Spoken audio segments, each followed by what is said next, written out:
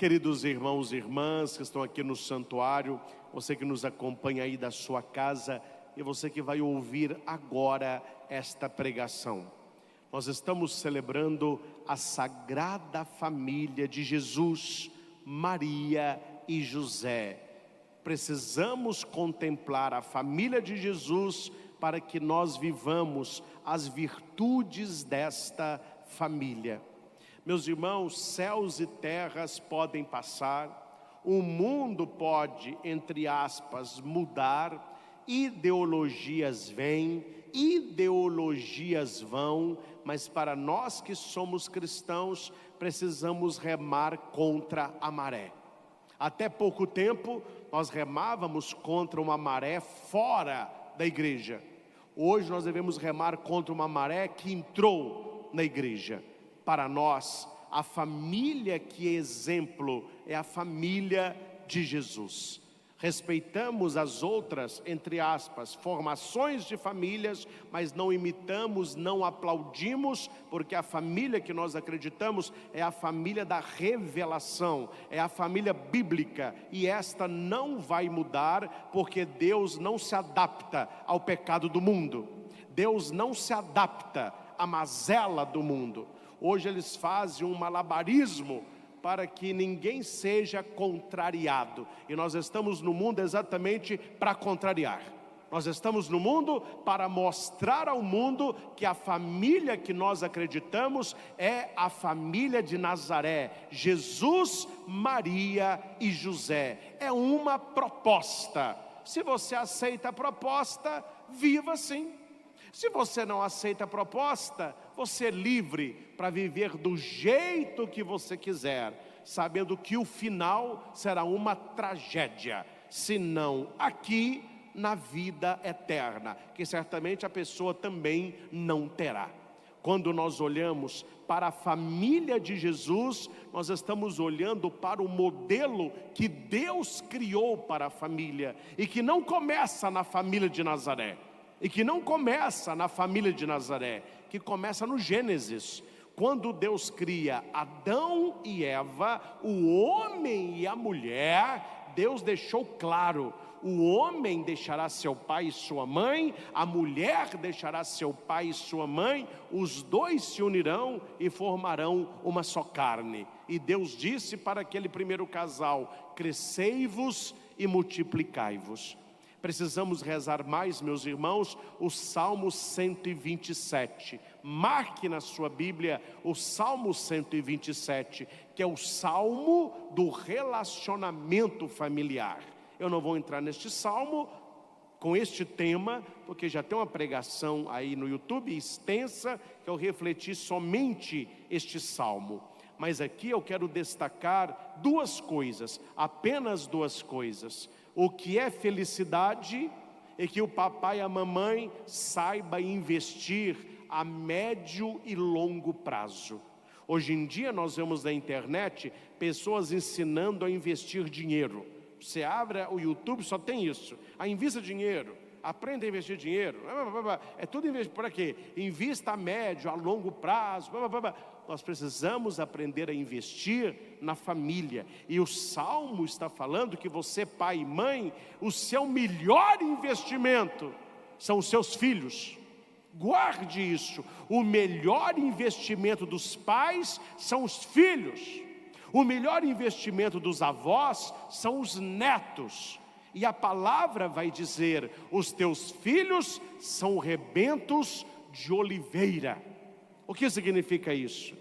Oliveira dá oliva, oliva é azeitona, e azeitona dá óleo, óleo é unção, unção é poder de Deus. E nós aqui não temos, mas quem cultiva oliva, azeitona, sabe que é um trabalho de anos. Tem azeitona que desde o seu plantio até dar os primeiros frutos demora 10 anos. É um tempo de cuidado. Então durante 10 anos o agricultor está ali virando a terra, colocando adubo, cercando, naquela esperança: ela vai dar o fruto no tempo devido. Meus filhos, eu estou vendo aqui muitas crianças. Você está investindo nessa criança hoje, para que no futuro ela dê bons frutos. Os pais, mamãe, tem que ter paciência. A criança pequenininha, você vai cuidando, você vai moldando, você vai educando, você vai colocando no coração dela os valores cristãos, e ela vai crescendo como Jesus. Ela cresce em estatura, ela cresce em sabedoria, ela cresce em graça, e você vai cuidando, e você troca a fralda, e você começa a levar para a escola, e você ensina a falar, e você ensina a andar, e a criança vai crescendo, e você vai nutrindo-a, e você vai comprando roupa, e você vai passeando com ela, e você vai dando comida, vai dando bebida, vai dando estudo, e ela vai crescendo, e você vai acompanhando, até que aquele neném não é mais neném, já é criança. A criança não é mais criança, é um pré-adolescente. O pré-adolescente já é adolescente jovem. Quando ele chegar nessa idade, aí você vai dizer assim: valeu o tempo que eu investi nessa criança, porque aí ela estará produzindo bons frutos, frutos da unção de Deus.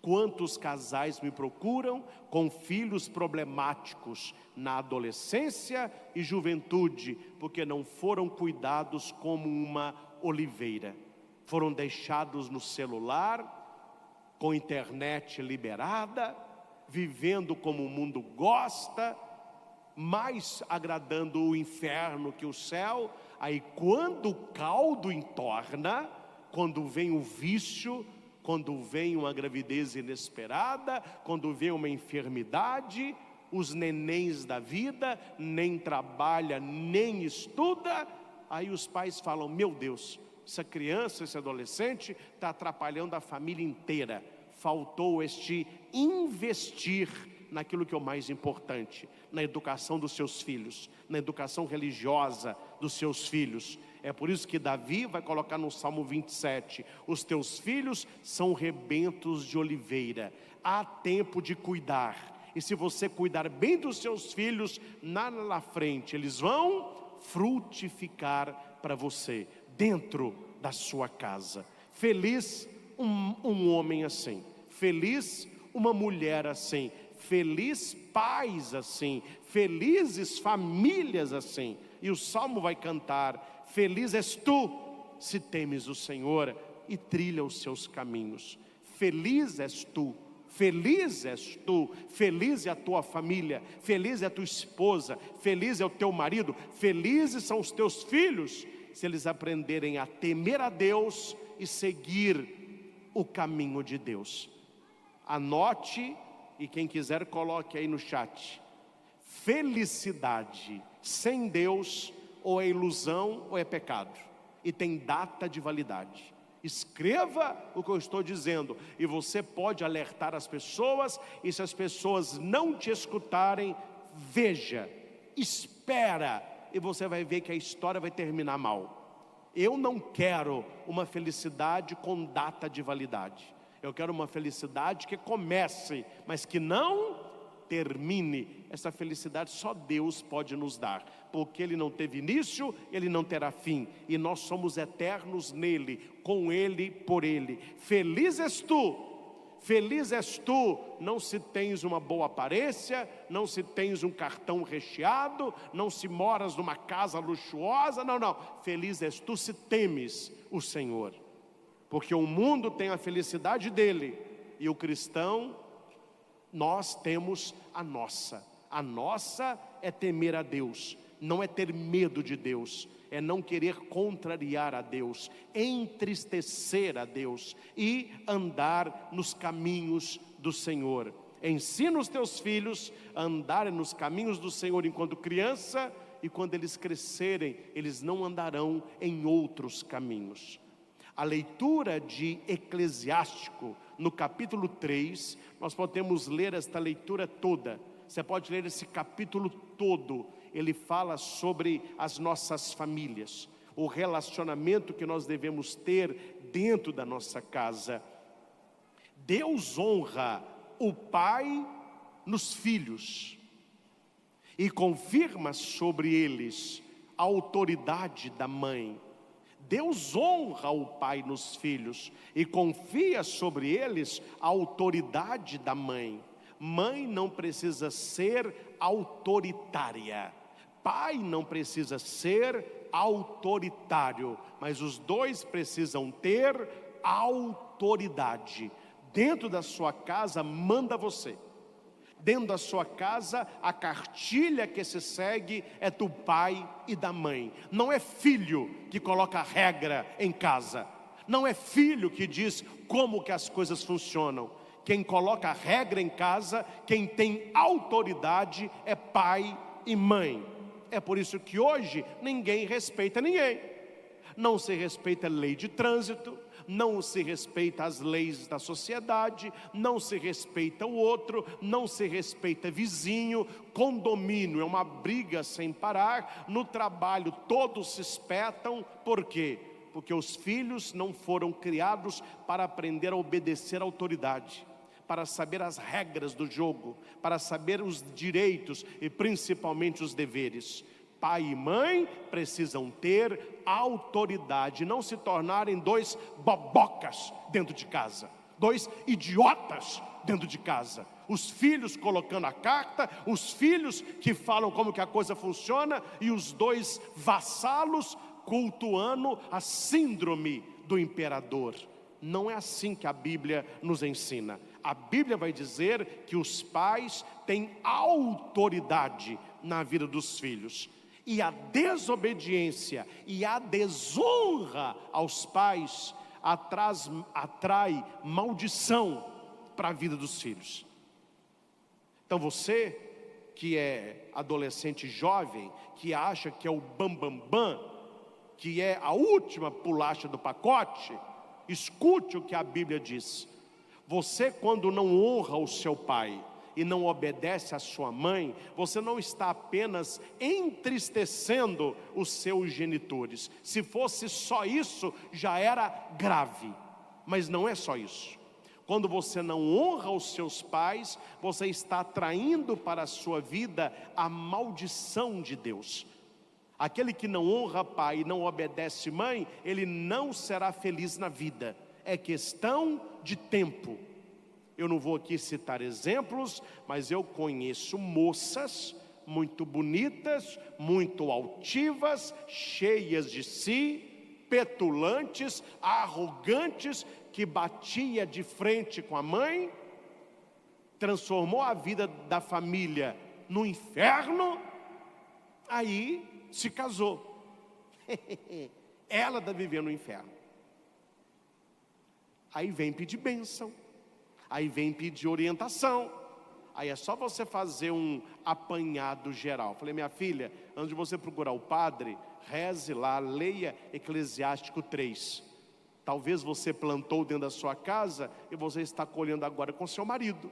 Você está colhendo agora com seus filhos. Olha o que a leitura vai dizer. Quem honra o seu pai alcança 3 graças. Ele alcança o perdão dos pecados, evita cometê-los, e quando rezar será ouvido. Olha o que a leitura está dizendo. Quem não honra pai e mãe, não adianta nem rezar, que Deus não vai te escutar. Quem honra pai e mãe, quando reza, ele é ouvido por Deus. Quem respeita a sua mãe é como alguém que ajunta tesouros. Pobre é quem despreza a mãe, pobre é quem não honra a mãe. Quem honra o seu pai terá alegria com os próprios filhos. Você quer ter alegria com a sua prole? Honre o seu pai. E no dia que você orar, você será atendido. Quem respeita seu pai terá vida longa, e quem obedece o seu pai consolará a sua mãe. Alegria da mãe é ver a família unida. Família que vive brigando, para a mãe é uma desgraça. Meu filho, olha o que a Bíblia vai dizer: ampara o teu pai na velhice, não despreze os seus pais na velhice. Mesmo que esteja perdendo a lucidez, procura ser compreensivo com ele. Nós temos hoje o mal de Alzheimer, e é muito estranho como que os jovens tratam os idosos. Mas isso é para os ocidentais, viu? Se você vai no mundo oriental, japonês, chinês, indiano, eles veneram os idosos. São os patriarcas da família. Uma pessoa idosa, ela tem o respeito de toda a sociedade. O que nós não vemos aqui. Nós vemos um desrespeito e um desprezo ao idoso. Por isso que ninguém quer ficar velho. Ninguém quer ficar velho. Todo mundo quer ser jovem. Porque o velho, o idoso, ele não é honrado. Aí, meu filho, tem gente ganhando rios de dinheiro com algo mágico para você não ficar velho. Estou falando de quê? São é um santo. São botox. Puxa de um lado, puxa do outro, enche aqui, tira de lá, põe daqui. Você está linda. Você está 10 anos mais jovem. A pessoa ganhou. Porque ninguém quer envelhecer. Por que não quer envelhecer? Não é só a aparência, é o modo que a sociedade trata os idosos. Então aqui está dizendo: meu filho, ampara o teu pai na velhice, cuida da sua mãe quando ela estiver idosa, não cause desgosto a seus pais. A alegria do pai e da mãe é a honra dos filhos. Um filho que honra os pais, um filho que é orgulho dos pais, alegra o céu. Como que eu fico feliz quando um pai e a mãe diz para mim: padre, esse menino é o meu orgulho, a minha filha só dá orgulho para a gente, está estudando, está namorando, já aí entrou com as parcelas do seu apartamento, vai casar, não tem vício, é o orgulho da nossa família. Eu já ouvi o contrário também: padre, reza para nós, meu filho só me dá desgosto. E a Bíblia vai dizer: não cause desgosto a seus pais, não humilhe os seus pais, nenhum dos dias da sua vida. A caridade feita ao seu pai, a caridade feita à sua mãe, nunca será esquecida. Mas a falta de caridade também. A falta de caridade também. Eu tenho muito cuidado. Vocês conhecem bem, ela não veio, mas está aí, ela virá à missa logo, né? A minha mãe, cuido, zelo, o que eu posso faço. Meu pai, tento acompanhar, ajudo. E a minha mãe de vez em quando fala comigo assim: ô Christian, eu sabia que quando eu ficasse idosa, eu ia ser cuidada assim. Foi, mãe? Como a senhora sabia? Dentro do filho não está nem para a mãe, para o pai? Falou: não, primeiro que eu te conheço, e segundo que eu fui uma filha excelente. Aquilo que eu fiz para os meus pais, eu tinha certeza que alguém faria para mim. O que a minha mãe estava dizendo? Ela está citando Eclesiástico 3. Aquele que planta no cuidado para com os pais, ele está plantando no seu autocuidado. Quem amar e cuidar dos pais, será amado e cuidado pelos filhos, porque eles estão vendo. Aí você não leva os seus filhos na casa dos avós, os seus pais. Vive brigando. Ele vê que você não tem laço familiar, não tem cuidado com seus pais idosos. Quando eles estiverem na sua idade e você estiver na idade dos seus pais, eles vão te tratar exatamente da mesma maneira. Não porque eles são maus, é um efeito espelho. Eles estão vendo e eles vão repetir padrão. Então, filho que despreza pai, são filhos que serão no futuro desprezados pelos próprios filhos. É preciso plantar para colher. E a pérola e a joia deste domingo, e eu deixei os conselhos para nossas famílias no início, eu inverti a reflexão para irmos agora de cabeça no texto bíblico, que é simplesmente maravilhoso. Gostaria, meus irmãos, de ter muito mais tempo de aprofundar com vocês Lucas 2, do 22 ao 40. Não temos este tempo extenso, mas o tempo que temos, preste atenção na riqueza do Evangelho desta missa da Sagrada Família de Nazaré. O texto para você anotar está em Lucas capítulo 2, versículo 22 ao 40. É este texto que nós vamos agora ler e estudar um pouco do que ele passa. Vocês que estão na igreja, o texto está no folheto que é o Evangelho da Missa.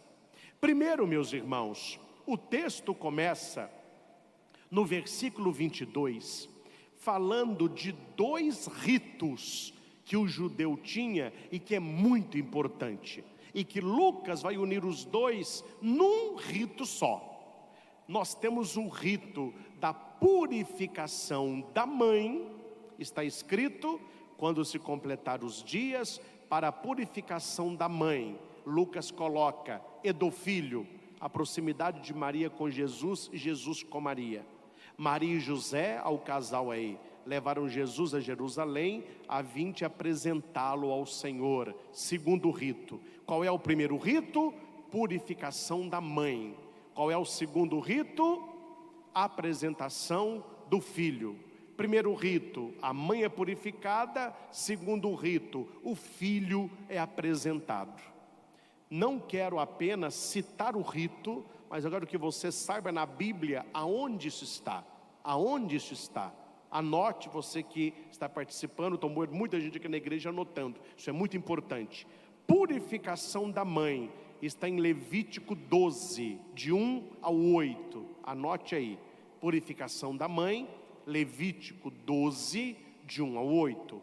Apresentação do filho, Êxodo 13, é o versículo 2 e depois o versículo 12. Permita-me ir à Bíblia, a palavra de Deus. Claro, o lecionário é a Bíblia litúrgica. Estou indo na Bíblia corrente, né? No livro do Levítico vai dizer assim: o Senhor disse a Moisés: diz aos israelitas o seguinte, atenção: quando uma mulher der à luz a um menino, será impura durante 7 dias, como nos dias de sua menstruação. No 8º dia, o menino será circuncidado. Ela ficará ainda 33 dias no sangue da sua purificação.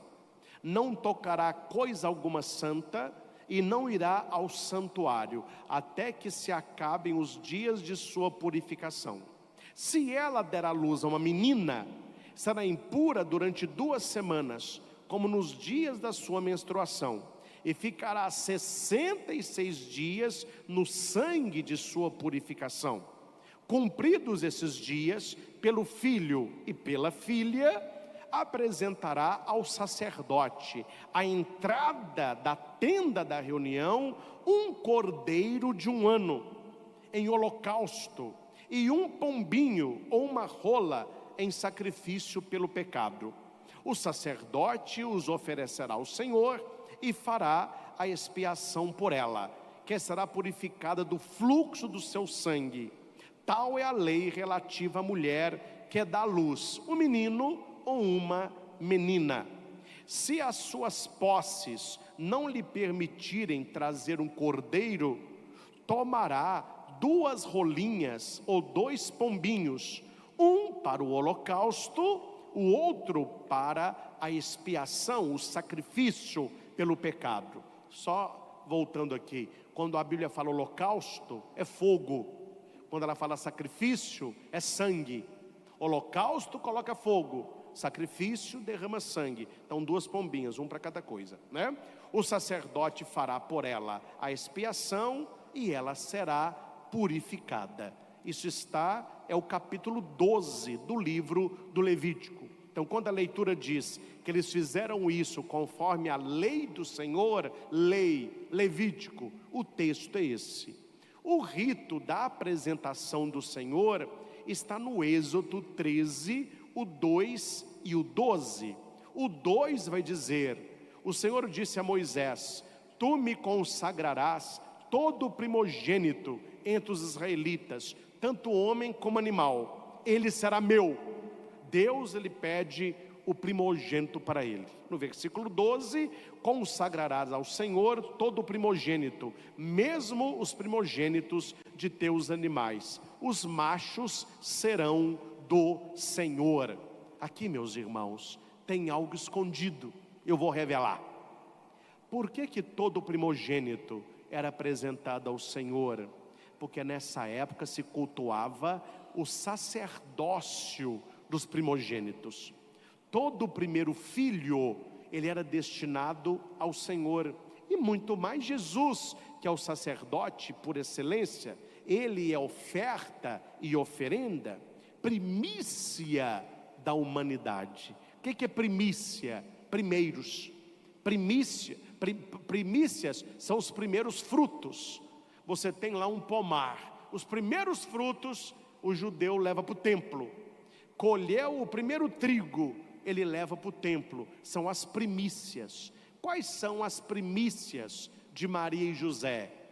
Jesus. Por isso esse rito. Veja a importância do papai e da mamãe levar a criança na tenra idade para o santo batismo. Aqui não são apenas os primogênitos, mas todos os filhos são herança do Senhor, como fala o Salmo 127. É muito triste você ver crianças com 5, 7, 10 anos que não foram batizadas. Então, na tenra idade, os pais apresentem os seus filhos a Deus, consagrem os seus filhos a Deus no batismo.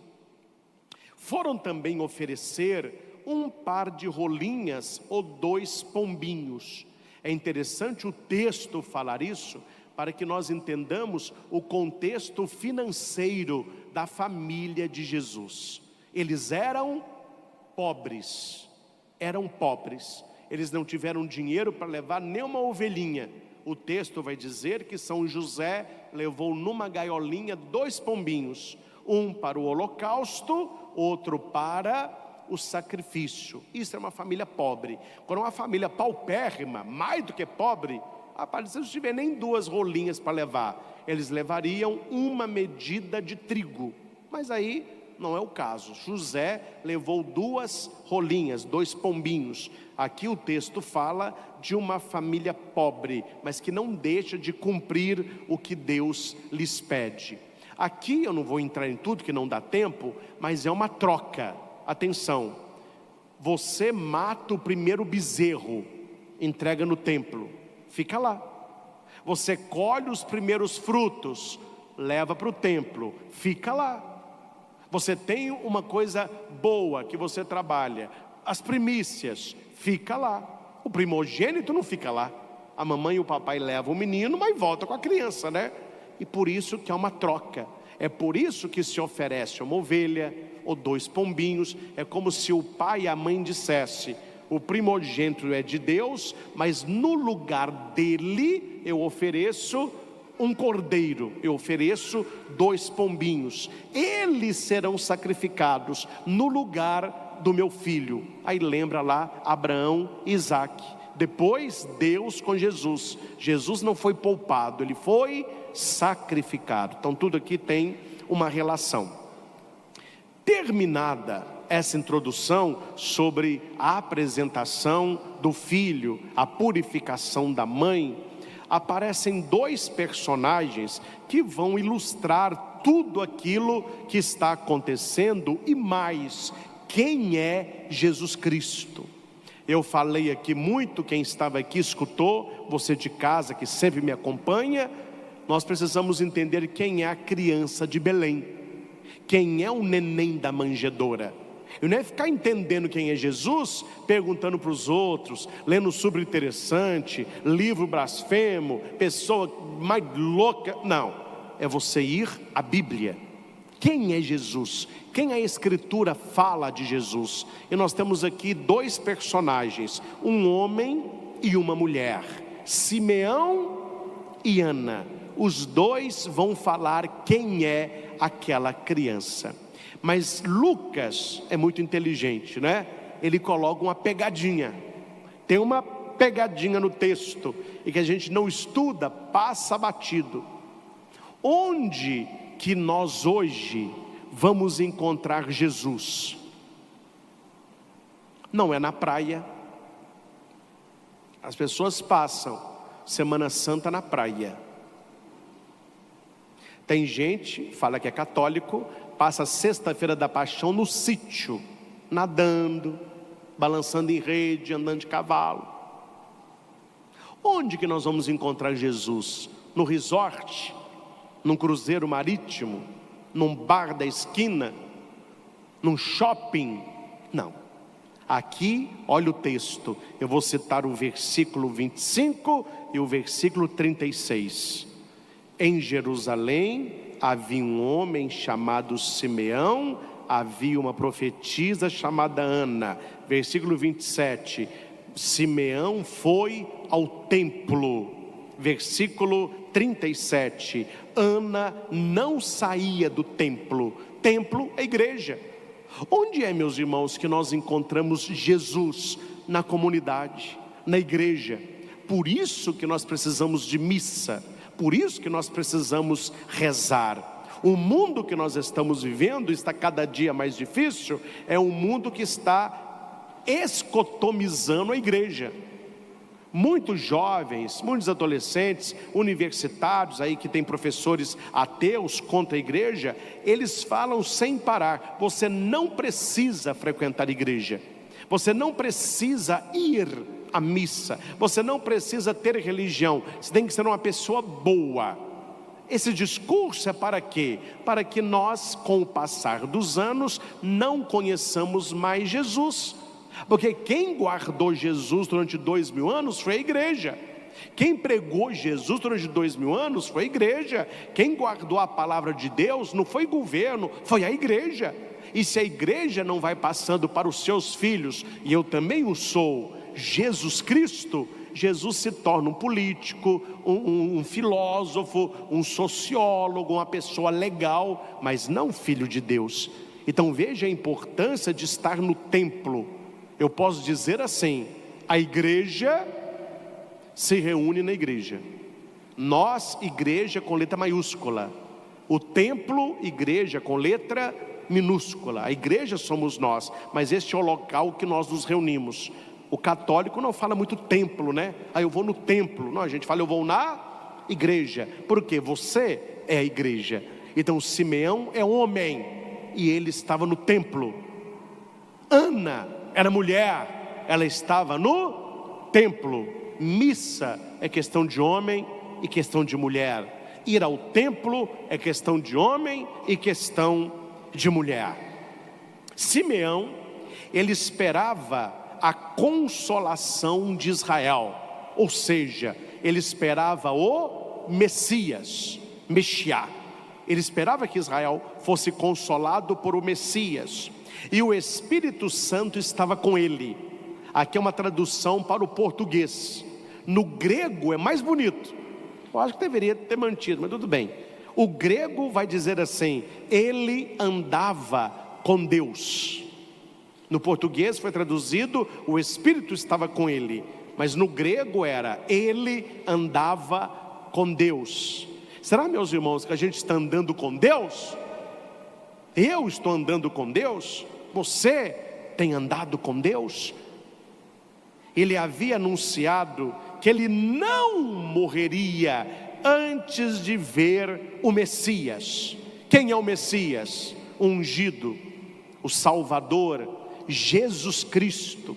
Então veja, ungido de Deus, o Espírito Santo prometeu a Simeão que ele não morreria sem ver o tal Messias esperado. Ele vai ao templo pelo Espírito Santo, ele pega aquele menino nos braços e ele vê que não é só um neném, que neném ele apresentava a Deus todo dia. Ele vê que é o Messias, e ele vai dizer assim, ele bendize a Deus.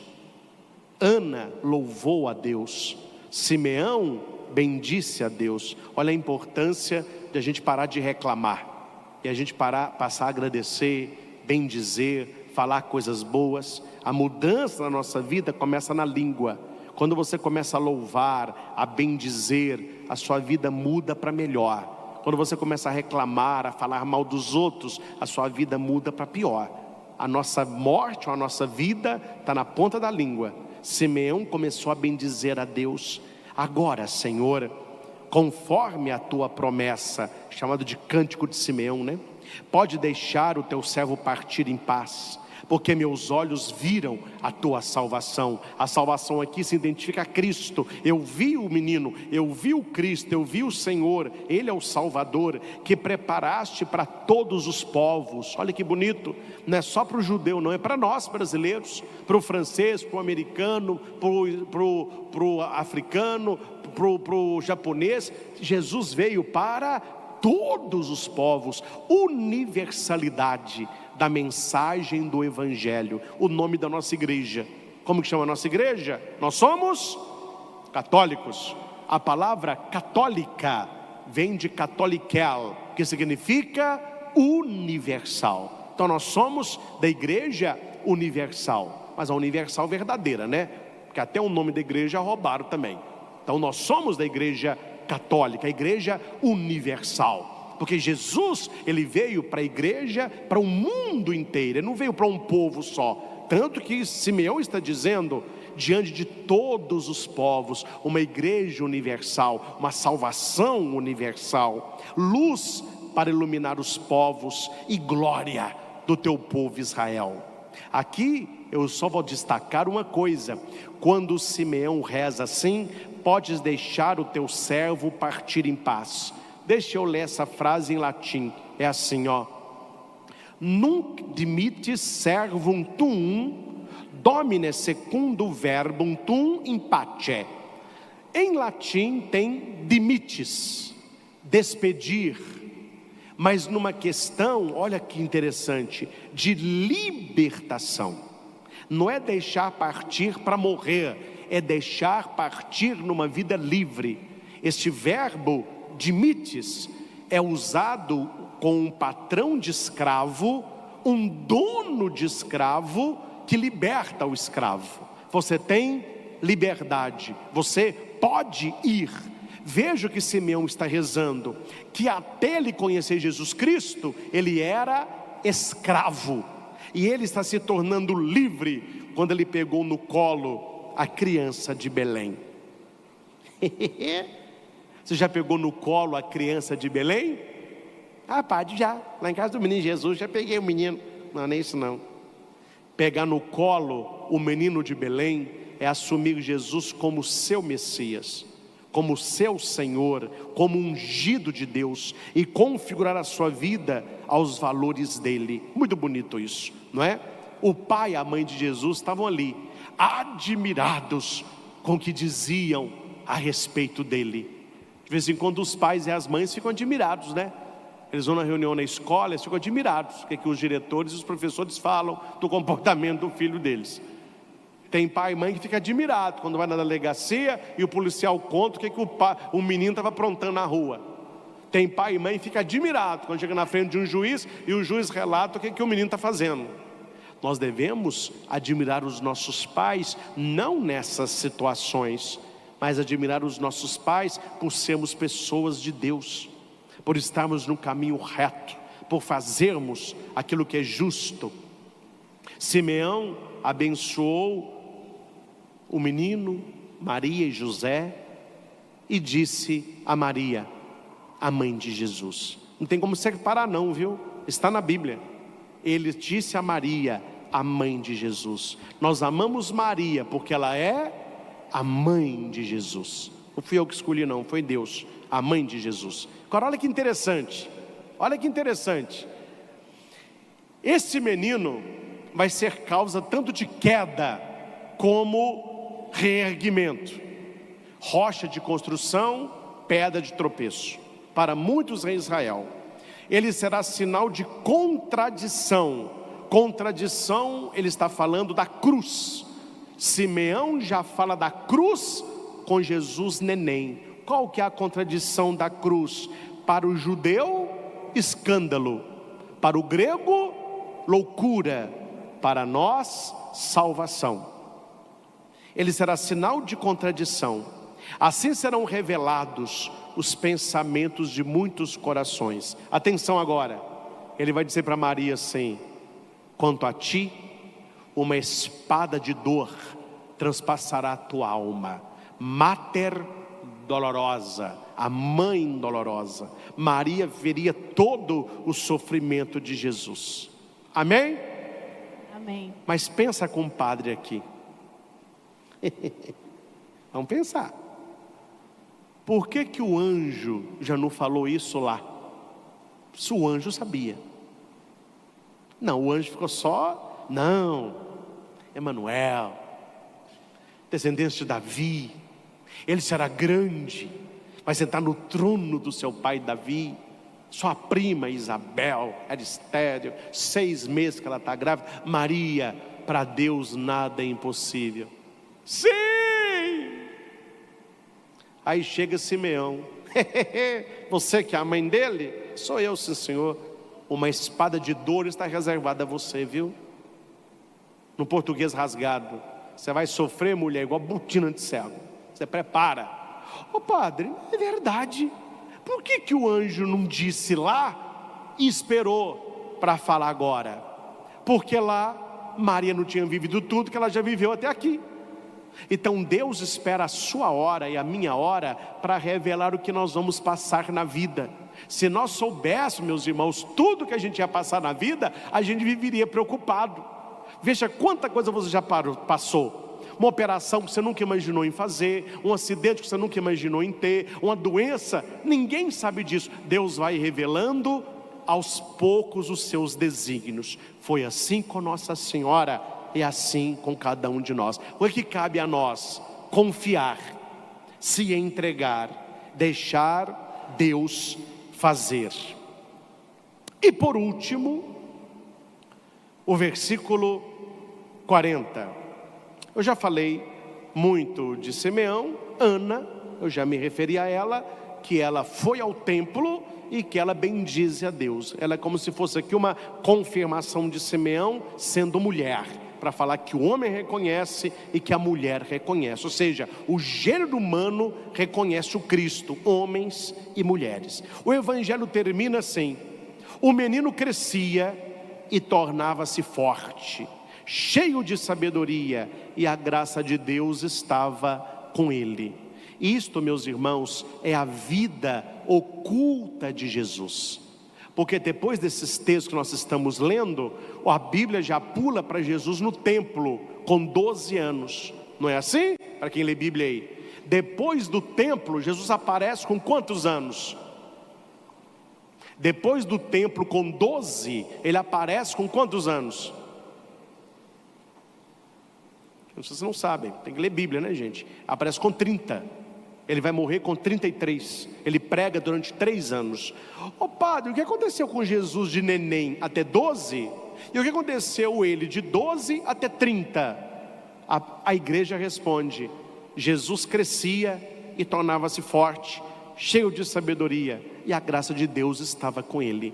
Jesus vivia uma vida de homem. Ele aprendeu a falar, aprendeu a andar, ele foi na escola judaica, aprendeu a Torá, aprendeu a rezar, e ele foi tendo a revelação de Deus de quem ele era, porque ele é verdadeiramente Deus. Mas não podemos esquecer, ele é verdadeiramente homem, igual a nós em tudo, tudo, menos no pecado. Então, quando alguém perguntar para você o que Jesus estava fazendo naquilo que a Bíblia não diz, nos anos ocultos, ele crescia em sabedoria, estatura e graça. Deus estava com ele e ele convivia com Maria e com José. Meus irmãos, celebrando a Sagrada Família, que Deus abençoe as nossas famílias, que você, mamãe, se espelhe em Nossa Senhora, que você, papai, se espelhe em São José, e que nós filhos sejamos um pouco do que foi Jesus de Nazaré. Durante toda a minha fala, até na explicação do texto bíblico, eu fui citando muita coisa boa que nós podemos aplicar na nossa casa. Uma pérola que nós temos nas mãos, o Salmo 127, Eclesiástico 3, um conselho para os filhos em relação aos pais. A segunda leitura que eu vou pregar logo mais, o relacionamento dentro de casa, e este texto maravilhoso da purificação da mãe, a apresentação do filho, a bênção dos pais, a profecia a Maria e o crescimento do Senhor. neste último dia do ano. Quero desejar aos que estão aqui no santuário, você sempre que nos acompanha Brasil afora, um ano novo de verdade, que não venha de fora para dentro, mas que já está no teu coração. Muito mais do que feliz ano novo, eu quero desejar a você um feliz você novo, com muita saúde, muito trabalho, muita sabedoria, muita fé. Que o próximo ano nos traga coisas boas, através das nossas escolhas, através das nossas atitudes. Buscamos o Senhor em primeiro lugar, e tudo mais nos será acrescentado. E sempre que quisermos nos encontrar com o Senhor, façamos como Simeão, façamos como Ana. Venhamos ao templo. Aqui o Senhor se dá no pão da palavra e no pão da Eucaristia. A todos e a cada um feliz, um próspero, um abençoado 2024. Louvado seja nosso Senhor Jesus Cristo, para sempre seja louvado.